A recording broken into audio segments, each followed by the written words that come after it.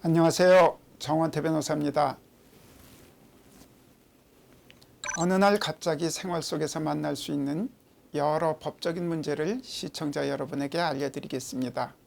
오늘은 그 두 번째 시간으로 상속이 주제입니다. 먼저 다음의 사례를 보시죠. 창식과 미경은 결혼하여 현일, 현희, 현삼, 현사 네 자녀를 뒀으나 10여 년 전에 이혼을 했습니다. 이혼 소송이 진행되는 과정에서 자녀 중 현일과 현희는 창식의 편에, 현삼과 현사는 미경의 편에 섰고, 이 감정의 앙금으로 현삼과 현사는 창식이 사망에 이를 때까지 일체 상호 왕래를 하지 않았습니다. 창식에게는 상당한 재산이 있었는데 죽기 1년 전 자신의 전 재산을 자신을 봉양한 현일과 현희에게만 증여하기로 하는 내용의 유언장을 작성했습니다. 이 유언장에는 유언의 대상이 되는 재산과 그 내용이 자세히 적혀 있고, 특히 창식이 현재 거주하고 있는 곳이자 주소지인 아파트를 현일에게 준다는 내용이 포함되어 있습니다. 창식은 유언장 밑에 서명을 하면서 별도로 주소지를 기재하지 않았습니다. 그런데 창식이 사망하자 그 소식을 들은 현삼과 현사가 장례식장에 나타나 자기들에게도 창식의 상속 재산에 대해 자녀로서 동등한 권리가 있다고 주장하고, 유언장이 위조된 것이라고 하는가 하면 유언장에 창식의 주소지가 적혀 있지 않기 때문에 법적으로도 문제가 있다고 합니다. 현일과 현희 입장에서는 근 10년간 아버지를 단 한 번도 보지 않았던 현삼과 현사의 이러한 처사를 이해하기 어렵습니다. 이 유언장은 법적인 효력이 있을까요? 법이 인정하는 유언의 종류에는 자필 증서에 의한 방식과 녹음에 의한 방식, 공정 증서에 의한 방식, 비밀 증서에 의한 방식, 구수 증서에 의한 방식 등 5가지 종류가 있습니다. 현행법상 이와 다른 종류 내지 방식의 유언은 인정되지 않습니다. 한편 민법은 위 각 유언 방식 하나하나에 관하여 각 별개의 규정을 두어 그 요건과 절차, 방식에 관하여 엄격히 규정하고 있습니다. 유언이 유언자의 진정한 의사에 기하여 이루어진 것이라 하더라도 그 형식이 법이 정하고 있는 요건과 방식에 어긋나면 그 유언은 유언으로서의 효력을 인정받을 수 없습니다. 유언의 5가지 방식 중 하나로 유언자가 유언장에 유언의 전문과 연월일, 주소, 성명을 모두 스스로 기재하고 날인하는 것이 자필 증서에 의한 유언입니다. 문제는 유언의 요건과 방식을 엄격하게 요구하는 이유가 유언자의 진위를 분명하게 하여 그로 인한 법적 분쟁과 혼란을 예방하기 위한 데 있는 것인 이상 유언장에 기재된 내용이 유언자의 진위에 의한 것임이 명백하고 주소를 제외한 나머지 유언의 전문과 연월일, 성명 모두가 유언자가 자필로 작성하였음이 밝혀진 유언장에 대하여 오로지 주소가 기재되지 않았다는 이유만으로 이를 무효로 하는 것이 타당한지 여부입니다. 당사자 동일성 내지 유언자의 진정한 의사 확인을 위한 것이라면 주소보다는 오히려 주민등록번호를 기재하는 것이 더욱 현실적이라는 점에서도 주소 자서 요건은 불필요한 것으로 보아야 한다는 견해도 있습니다. 실제로 하급심 판결 중에는 비록 유언자가 자신의 주소지를 직접 기재하지 않았더라도 유언 전문을 통하여 유언자의 주소라고 볼 만한 기재가 있는 경우, 특히 이 사건에서와 같이 유언자가 살고 있는 주소지가 유언 목적물 중에 하나이고 그 유언 목적물의 표시에 의하여 유언자의 주소지가 파악되는 경우 주소 자서에 관한 요건을 완화하여 적법한 자필 증서로서의 효력을 인정한 예도 있습니다. 유언장의 작성에 유언자의 주소를 요구하는 것은 유독 우리나라에만 있는 제도입니다. 앞서 본 바와 같이 그것이 유언자의 동일성 확보 내지 진의 확인에 반드시 기여한 것이라고도 보이지 않습니다. 무엇보다도 유언에 있어서는 유언자의 진위가 존중되어야 합니다. 유언을 하는 사람 입장에서 변호인의 조력을 받지 않는 이상 과연 유언이 그 효력을 인정받는데 반드시 주소까지 기재하여야 하는지를 아는 사람이 과연 얼마나 있을까도 의문입니다. 따라서 주변 정황 및 객관적 사정을 통하여 유언장에 기재된 내용이 의심할 바 없을 정도로 분명하게 인정되는 경우에서조차 단지 직접적인 주소의 기재가 없다는 이유만으로 이를 무효로 하는 것이 옳은 것인지는 심각하게 재고해 보아야 할 문제입니다. 이에 관하여는 몇 차례 위헌 심판 제청까지 된 바 있고 적지 않은 재판관들이 위헌의 의견을 표명하기까지 하였습니다.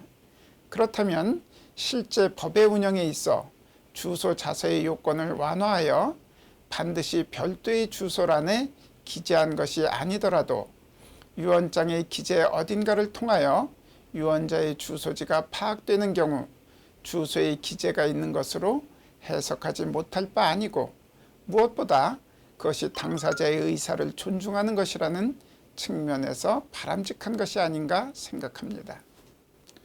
그러나 우리 대법원은 반드시 주소를 자서하여야 하고 그렇지 않은 유언은 무효라는 입장을 굳건히 유지하고 있고 기재의 정도에 관하여도 단순히 무슨 동에서라는 식으로는 부족하고 다른 주소와 구별되는 정도의 표시를 갖추어야 한다고 하고 있습니다.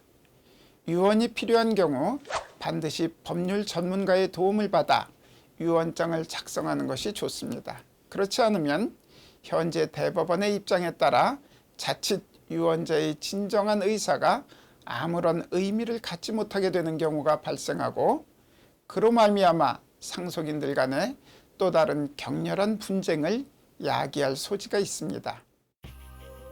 평생을 절약하고 열심히 일하여 남부럽지 않은 재산을 모았습니다. 그런데 그렇게 근검하게 사는 과정에서 집사람과 큰아들은 제가 너무 인색하다는 이유로 저와 사이가 멀어졌고 유독 둘째 아들 부부가 제게 살갑게 굴었습니다. 그래서 첫째 아들도 있지만 제 재산 대부분을 둘째 아들 부부에게 주려고 변호사 입회 하에 같은 취지의 유언을 하고 공정증서를 작성하였습니다. 그런데 유언장이 작성되고 나자 둘째 아들 내외의 태도가 급변하였습니다. 이제는 제가 사는 집에 잘 들러보지도 않고 한번 보자고 하면 급한 약속이 있다든지 다음에 들르겠다든지 하면서 차갑게 거절합니다. 재산을 노리고 그렇게 살갑게 굴었나 생각하니 배신감에 속이 상하고 제가 너무 어리석었구나 하는 후회가 있습니다. 유언을 되돌리고 싶은데 어떤지요? 유언자는 언제든지 다른 내용의 유언 또는 그 밖의 행위로서 유언을 철회할 수 있습니다. 일반의 다른 법률 행위와 같이 유언자가 자신의 유언에 얽매여 반드시 당초의 유언 그대로를 지켜야 하는 것이 아닙니다.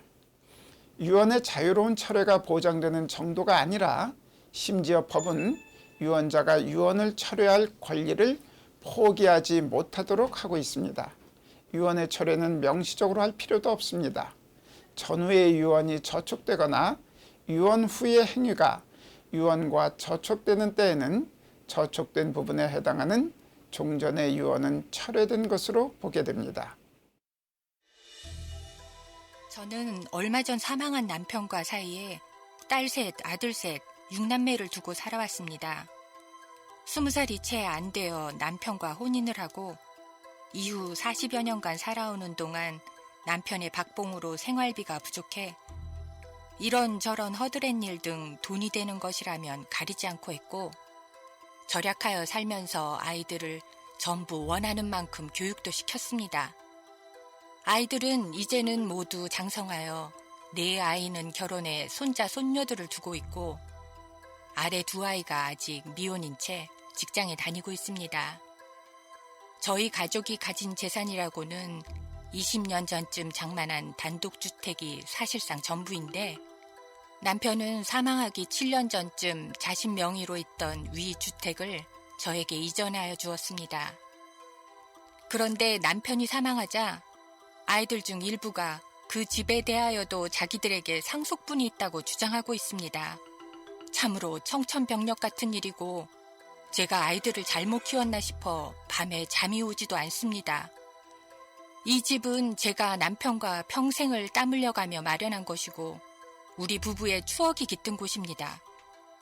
위 집을 나누어 달라는 자식들의 요구를 거절하는 것이 저의 지나친 욕심일까요? 상속인의 상속에 따른 권리가 피상속인의 생전 증여나 유증 등에 의하여 침해당한 경우 법정 상속분 중 일정 부분의 권리를 법적으로 보장받을 수 있는데 이를 유류분이라고 합니다. 법에 의하여 인정되는 유류분은 피상속인의 직계비속, 배우자의 경우 법정 상속분의 2분의 1입니다. 유류분 계산에 있어 알아두어야 할 것으로 특별수익분이라는 것이 있습니다. 즉 민법 1008조는 공동상속인 중에 피상속인으로부터 재산의 증여 또는 유증을 받은 자가 있는 경우에 그 수증 재산이 자기의 상속분에 달하지 못한 때에는 그 부족한 부분에 한도해서 상속분이 있다라고 하고 있는데 이것이 바로 특별수익분에 관한 규정입니다. 공동상속인 중에 피상속인으로부터 재산의 증여 또는 유증을 받은 특별수익자가 있는 경우 공동상속인들 사이의 공평을 기하기 위하여 그 수증재산을 상속분의 선급으로 다루어 구체적인 상속분을 산정할 때 이를 참작하도록 하는 것입니다. 문제는 공동상속인 중 일부가 사전에 증여를 받았다고 하여 그것이 모두 다 특별수익에 해당하는 것은 아니라는 것입니다. 사례의 경우 망인의 처가 망인과 사이에 여러 명의 딸과 아들을 두고 망인의 사망에 이르기까지 40년 이상 헌신적으로 가정을 위하여 살아왔으며 그런 상황에서 망인이 사망 약 7년 전쯤 망인의 유일한 재산인 집과 대지를 처에게 증여한 경우 이는 처가 망인과 함께 평생을 살아오면서 재산의 형성 유지 과정에서 기울인 노력과 기여에 대한 보상 내지 평가, 청산, 부양 의무의 이행 등의 취지가 포함되어 있다고 보아야 합니다.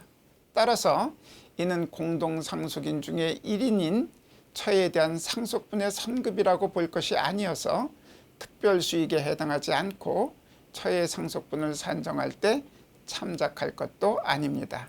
위 집에 대하여 유류분 상당을 자식들에게 이전하여 줄 필요가 없습니다. 창규 부부는 아들, 딸, 남매를 두었는데 딸은 영식과 결혼하여 그 사이에 남매를 두고 있었으며 아들도 결혼하여 딸을 두고 있었습니다. 그런데 업무가 바쁜 사위 영식을 빼고 창규 부부, 아들 가족 전부, 딸 가족 전부가 괌에 여행을 다녀오던 중 비행기 추락으로 모두 사망하였습니다. 창규에게 부모나 다른 자녀 등은 없었고 형제 자매들은 있는데 이 경우 유산은 사위인 영식이 받게 될까요? 2인 이상이 동일한 위험으로 사망하였으나 누가 먼저 사망하였는지 불분명한 경우에는 동시에 사망한 것으로 추정합니다. 이를 동사의 추정이라고 합니다. 사례에서 비행기 추락으로 A와 동행한 가족이 모두 사망하였으므로 A는 그의 처는 물론 직계비속인 아들, 딸과 손자, 손녀들 및 직계비속의 배우자인 며느리 등과 함께 동시에 사망한 것으로 추정됩니다. 상속인이 될 직계비속 또는 형제자매가 상속 개시 전에 사망하거나 결격자가 된 경우에 그 직계비속이 있는 때에는 그 직계비속이 사망하거나 결격된 자의 순위에 가름하여 상속인이 되는데 이를 대습상속이라고 합니다.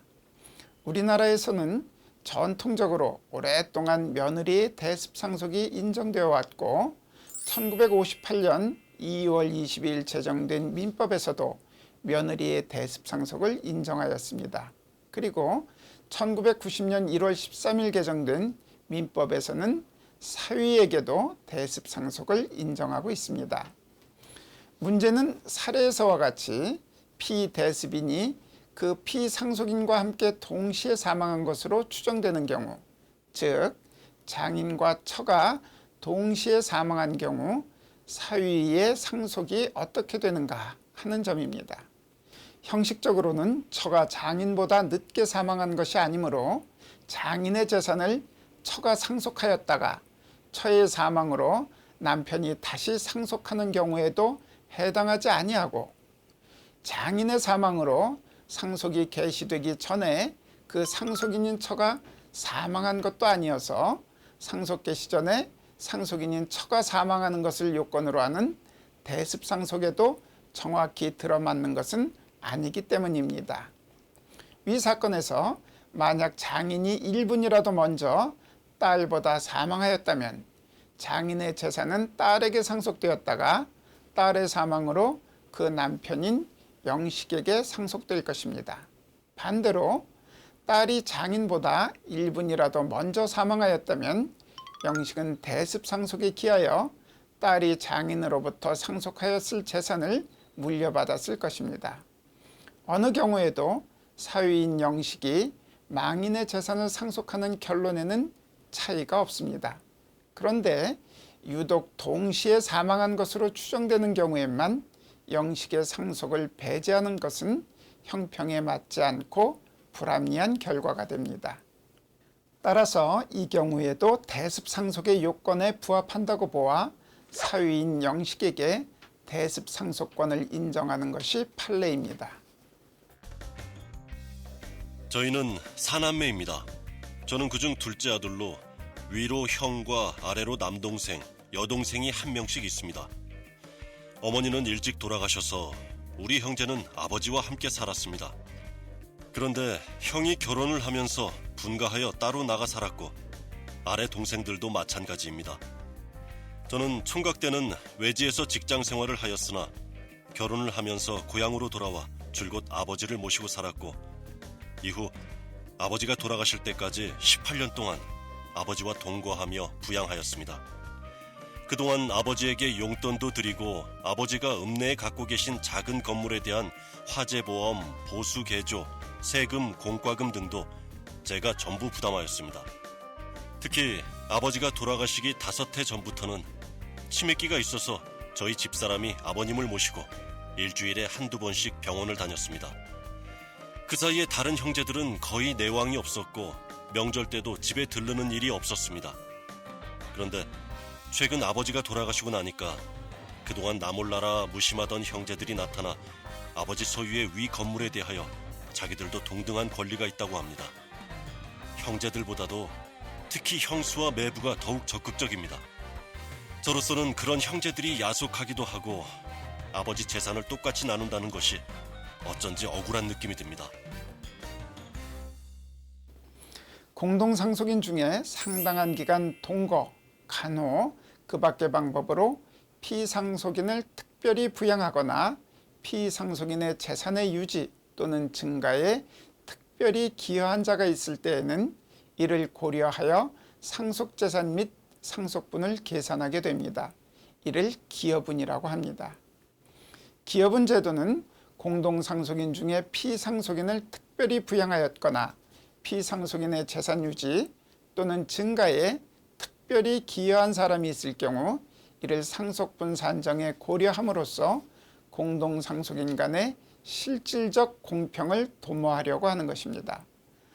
따라서 기여분을 인정받기 위해서는 공동상속인 간의 공평을 위하여 상속분을 조정하여야 할 필요가 있을 만큼 피상속인을 특별히 부양하였다거나 피상속인의 상속재산 유지 또는 증가에 특별히 기여하였다는 사실이 인정되어야 합니다.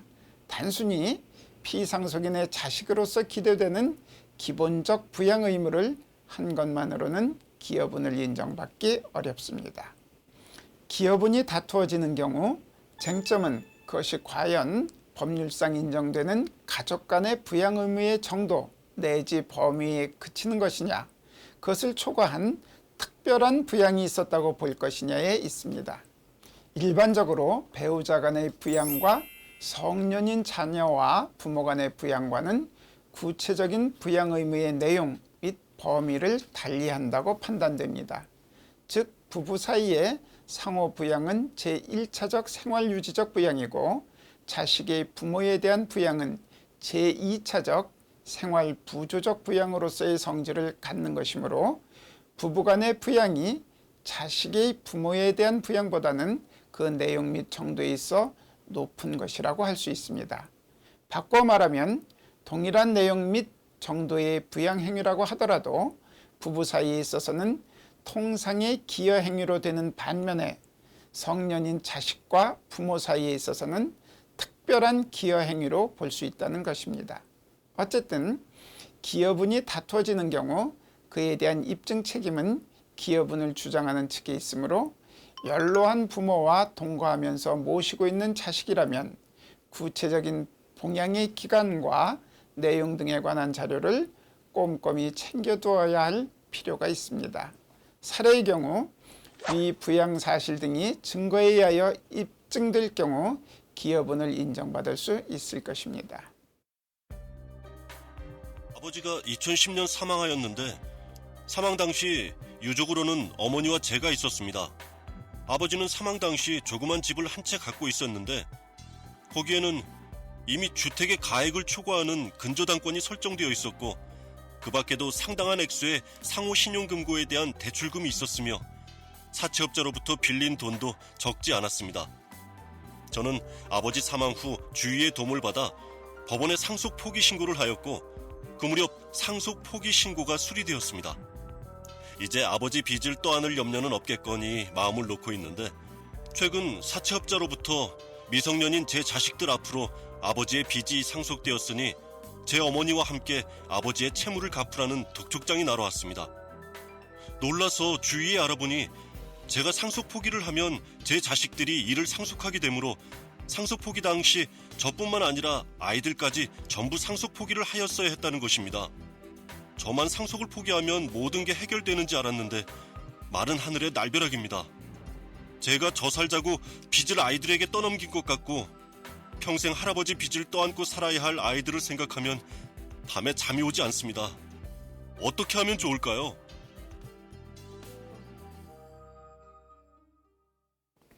상속은 적극적 재산뿐만 아니라 채무에 대해서도 이루어집니다. 따라서 피상속인이 많은 재산을 물려주고 사망한 경우에는 자식들에게 복이지만 그렇지 못하고 오히려 여기저기 빚만 지고 사망한 경우에는 자식들에게는 엄청난 짐이자 재앙입니다. 상속인이 선대의 빚더미를 그대로 떠안아야 하는 데서 오는 고통과 질곡에서 벗어나기 위한 제도가 상속의 포기와 한정승인 제도입니다. 상속인의 빚이 적극재산보다 많은 경우 상속인은 상속 개시 있음을 안 날로부터 3개월 내에 법원에 한정승인 또는 포기를 함으로써 그 부담에서 벗어날 수 있습니다. 상속의 포기는 아예 일체의 재산 상속을 받지 않겠다는 것이고 한정승인은 상속으로 인하여 취득할 재산의 범위 안에서만 피상속인의 빚을 갚겠다는 것입니다. 상속을 포기한 자는 상속 개시된 때부터 상속인이 아니었던 것과 같은 지위에 놓이게 되므로 미성년의 자녀들을 둔 상속인이 상속을 포기하면 미성년의 자녀들이 상속인이 됩니다. 그런데 통상 상속 포기를 하는 부모의 마음은 내가 상속 포기를 하면 선대의 빚이 모두 해결되는 것으로 아는 것이지 내가 그것을 포기하면 자식이 대신 상속한다고 알고 하는 것은 아닐 것입니다. 만일 그와 같은 사실을 알았다라면 나뿐만 아니라 자식에 대하여도 상속 포기를 하였을 것입니다. 문제는 나중에 그와 같은 사실을 알고 미성년의 자식을 대리하여 상속을 포기하려고 하는 경우 상속이 개시된 때로부터 이미 3개월이 경과한 경우가 대부분이라는 것입니다. 이와 관련하여 대법원은 상속 포기 기간 3개월을 계산하는 기산점인 상속 개시 있음을 안 날은 단지 상속 개시의 원인 사실을 아는 것만으로는 부족하고 자신이 상속인이 된 사실까지 알아야 상속이 개시되었음을 안 것으로 보아야 한다고 하고 있습니다. 사례에서 피상속인의 배우자와 자녀 중 자녀 전부가 상속을 포기한 때에는 피상속인의 손자녀가 배우자와 공동으로 상속인이 된다는 것은 상속의 순위에 관한 민법 제1000조, 배우자의 상속 순위에 관한 민법 제1003조, 상속 포기의 효과에 관한 민법 제1042조 등의 규정들을 종합적으로 해석하여 비로소 알 수 있습니다. 이와 같은 경우 일반인의 입장에서 피상속인의 자녀가 상속을 포기하는 경우 자신들의 자녀인 피상속인의 손자녀가 피상속인의 배우자와 공동으로 상속인이 된다는 사실까지 안다는 것은 이례적이라는 것이 대법원 판결입니다. 따라서 사례의 경우 사채업자로부터 독촉을 받은 때 비로소 미성년의 자녀들이 아버지의 채무를 상속하였음을 안 것으로 보고 그로부터 3개월 이내에 자식들을 대리하여 법원에 상속 포기를 신청하면 될 것입니다. 지금까지 상속에 관련된 여러 법적인 문제를 다뤄봤습니다. 다음에는 계약에 관련된 주제로 시청자 여러분을 찾아뵙겠습니다. 지금까지 정원태 변호사의 어느 날 소송 정원태였습니다. 감사합니다.